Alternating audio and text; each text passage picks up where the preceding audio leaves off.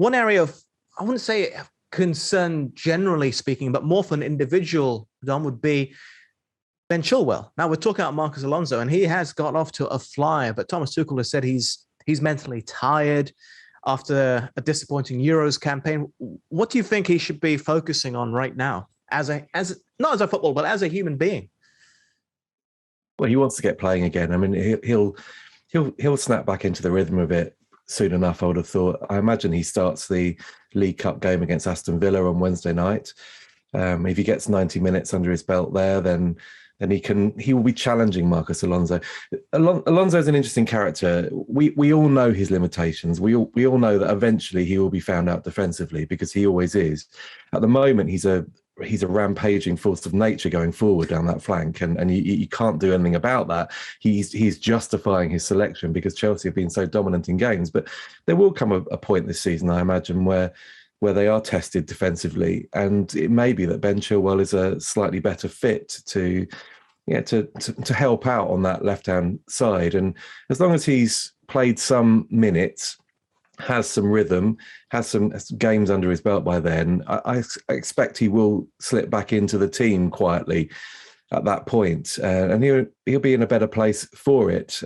Hopefully he'll be well rested, because he will have suffered over the summer. You know, the fact that he didn't play, and he hadn't played a minute until the Zenit game when he came on as a sub since last year's Champions League final. I mean, it's an anomaly. It makes no sense, because he was such an integral member of that team. But if that is the extent of Chelsea's concerns at the moment, then I think they're in a pretty good place. Yeah, and Art, just final thing on Chelsea would be the amazing turnaround, how fast it all can move, because Rudiger, Alonso, two players we've mentioned quite heavily here, ostracized, frozen out by Frank Lampard, now crucial cogs in the Tuchel wheel. Yeah, and I think that just speaks to how, again, the ruthless nature of Thomas Tuchel works both ways, because you can see he took to those two players pretty much immediately. But then on the flip side, you see, I guess, how he dealt with Tammy Abraham up front. Very limited game time as a starter for Chelsea in that second half of last season.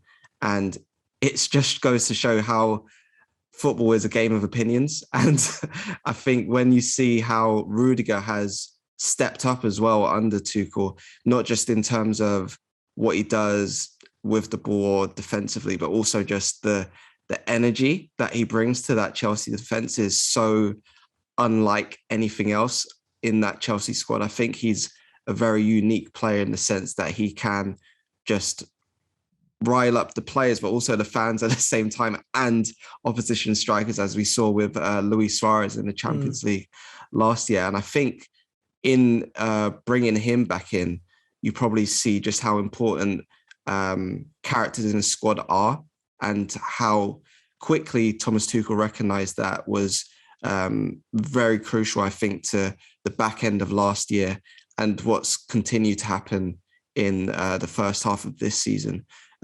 Because, again, as we've been saying time and again, Chelsea just look like, I think, the most confident they've looked since maybe Antonio Conte was manager, when everybody knew their roles, everybody knew what was happening. And yeah, I just think Rudiger is probably the main example of how quickly fortunes can change depending on who is the manager.